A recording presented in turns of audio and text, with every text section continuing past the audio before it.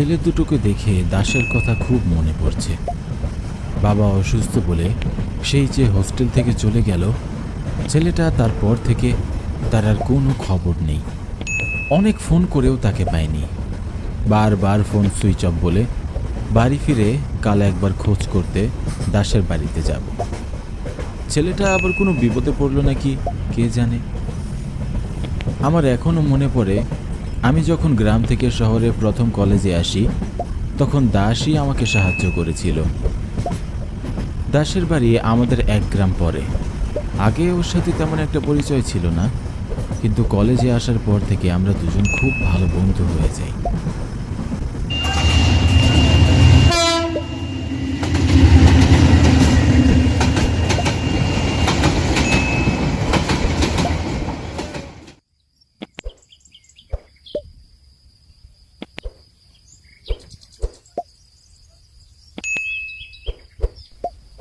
Station থেকে আমাদের বাড়ি সামান্য রাস্তা, তাছাড়া এখানে সচরাচর গাড়ি পাওয়া যায় না, তাই ভাবলাম হেঁটেই বাড়ি ফিরি।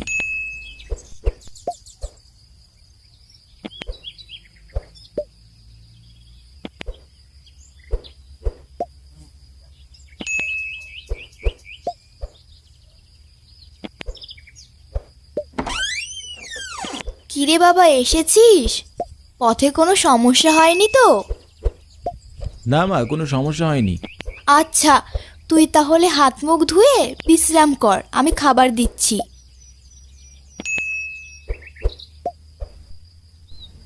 না মা, আমি কিছু খাবো না। দুপুরের খাবার খেয়েই বের হয়েছিলাম, আর এখন তো সবে বাজে বিকাল মাত্র 4টা। একদম খিদে নেই। আমি একটু নন্দীগ্রামে যাব, দাসের বাড়ি। সে কি, সবে তো এলি, কাল না হয় যাস? না মা, আজই যাব। ছেলেটা 1 মাস আগে বাবা অসুস্থ বলে হোস্টেল থেকে এসেছে, তারপর থেকে তার আর কোনো খবর নেই। কেন জানি না, খুব চিন্তা হচ্ছে ওর জন্য। আচ্ছা বাবা, যা ভালো মনে হয় কর। তবে নন্দীগ্রাম কিন্তু আমাদের গ্রাম থেকে অনেকটা দূর বাবা। তাছাড়া গাড়ি পাবি কি না সেটাও জানি না। এই অবেলায় হেঁটে হেঁটে যেতে রাত হয়ে যাবে। আচ্ছা, তাহলে আমি তাড়াতাড়ি যাই।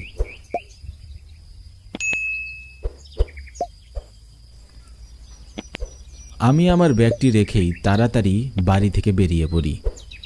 বাড়ি থেকে বেরিয়ে দেখি পথে কোনো গাড়ি ঘোড়া নেই, তাই আর দেরি না করে হাঁটতে লাগলাম। বেশ কিছুটা পথ হাঁটার পরে ক্লান্ত হয়ে একটি বন্ধ দোকানের সামনে বসে পড়লাম। তখন দেখলাম একজন রিক্সাওয়ালা রিক্সা নিয়েই আমার দিকে এগিয়ে আসছে।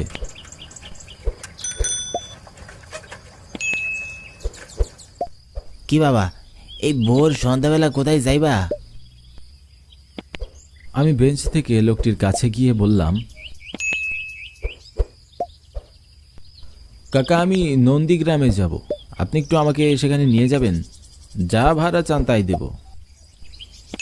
ভাড়ার কথা নয় বাবা, আমি তোমারে এমনি এমনি নিয়ে আসাবো, কিন্তু বাবা তোমারে বটগাছের কাছে নামাইয়া চইলা আমু। আমি সন্ধ্যাবেলা ওই ডাইনি পুকুরের পারে যাইতে পারবো না। ডাইনি পুকুর পার? সেটা আবার কোথায়? নন্দীগ্রামে শুরুতেই পড়ে সেই পুকুরটা। কত মানুষে যে খাইছে ডাইনিটা, তোমাদের কি কব বাবা। চাচা দেখুন, এই আজকালের যুগে এসব আবার আছে নাকি? আচ্ছা, আপনি চলুন, আপনার যেখানে নামিয়ে দিতে মন চায় সেখানে আপনি নামিয়ে দিয়ে চলে আসবেন। কথাটি বলে আমি রিকশায় উঠে পড়ি। রিকশাটি পেয়ে বেশ উপকার হলো, না হলে এতটা পথ হাঁটতে আমার বেশ কষ্ট হয়ে যেত।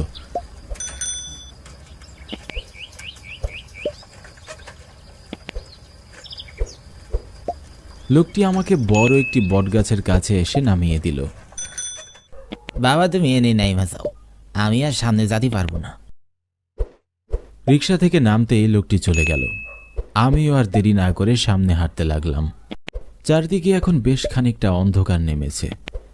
কিছুটা পথ সামনে হাঁটতেই আমার চোখে পড়ল তালগাছের নিচে মস্ত বড় এক পুকুর। পুকুরটার কাছে আসতেই মনের মধ্যে কেমন যেন ধরফরিয়ে উঠল। আমি নিজের অজান্তেই পুকুরের পাড়ে দাঁড়িয়ে পড়লাম। কতক্ষণ দাঁড়িয়েছিলাম জানি না, বারবার শুধু মনে হচ্ছিল পুকুরে একটা লাফ দেই।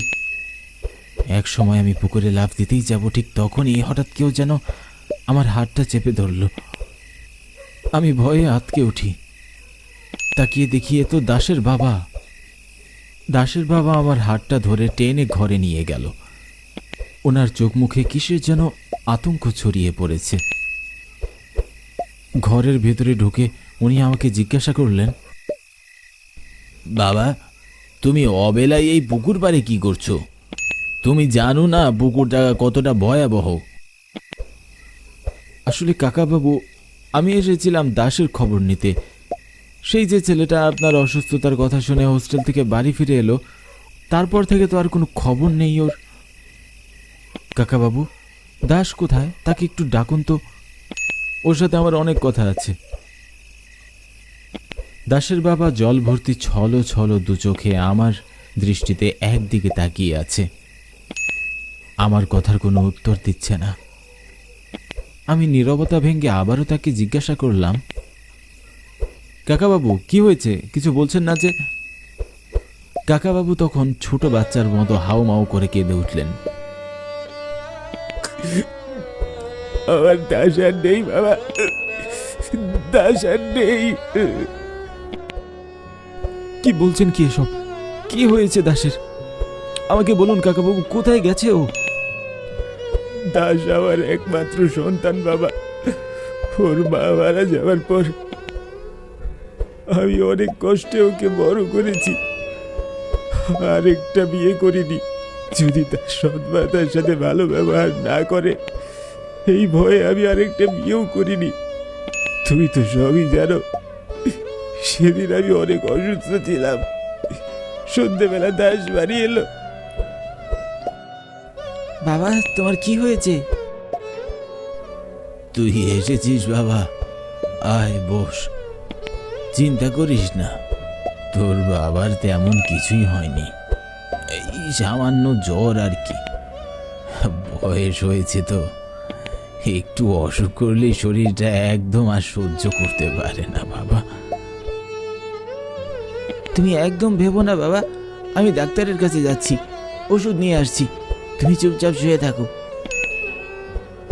ছেলেটা ওই রাতের বেলা পায়ে হেঁটে বাজার থেকে আমার জন্য ওষুধ নিয়ে এসে আমাকে খাইয়ে দিল। বুড়ো মানুষ, তার উপর আবার অসুস্থ শরীর, তাই খানিক বাদে রাজ্যের ঘুমে ঠেসে ধরলো আমায়।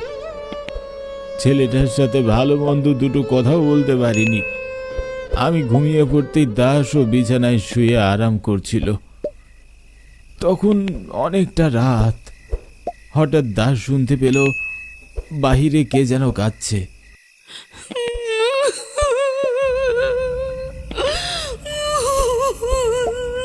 ছেলেটা আমার বাহিরে গেল দেখার জন্য।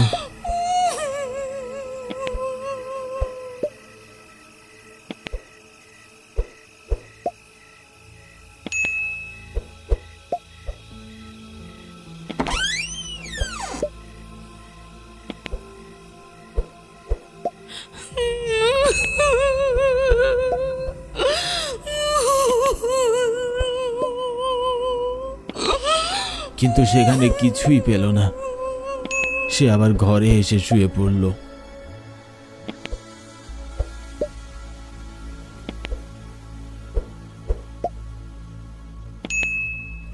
খানিক বাদে আবারও কান্নার আওয়াজ।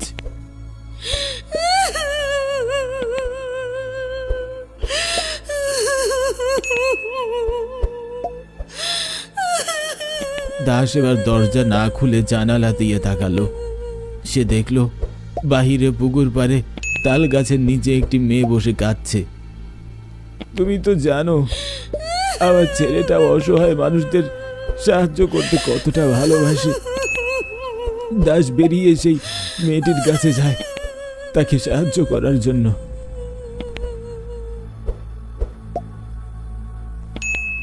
কে আপনি? এত রাতে এখানে বসে কাঁদছেন কেন? কথাটি বলতেই মেয়েটি ভয়ঙ্কর এক রূপ ধারণ করে দাসকে বলল, আমাকে চিনতে পারছিস না? এখন তো চিনতে পারবি না।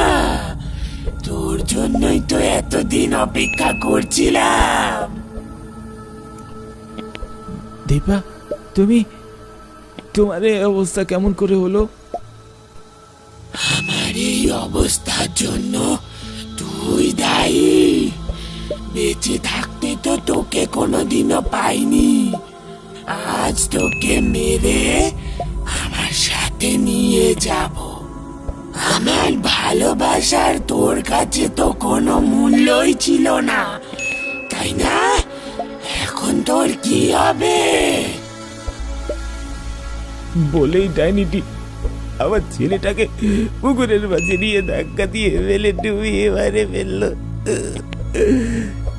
দীপা গ্রাম প্রধানের যে দ্বীপে বাবার টাকার অভাব নেই বলে মানুষকে মানুষ মনে করতো না, আমার ছেলেকে ভালোবাসতো, কিন্তু আমার ছেলেটা পড়াশোনার প্রতি অনেক মনোযোগ ছিল, তাই সে তাকে পাত্তা দিত না।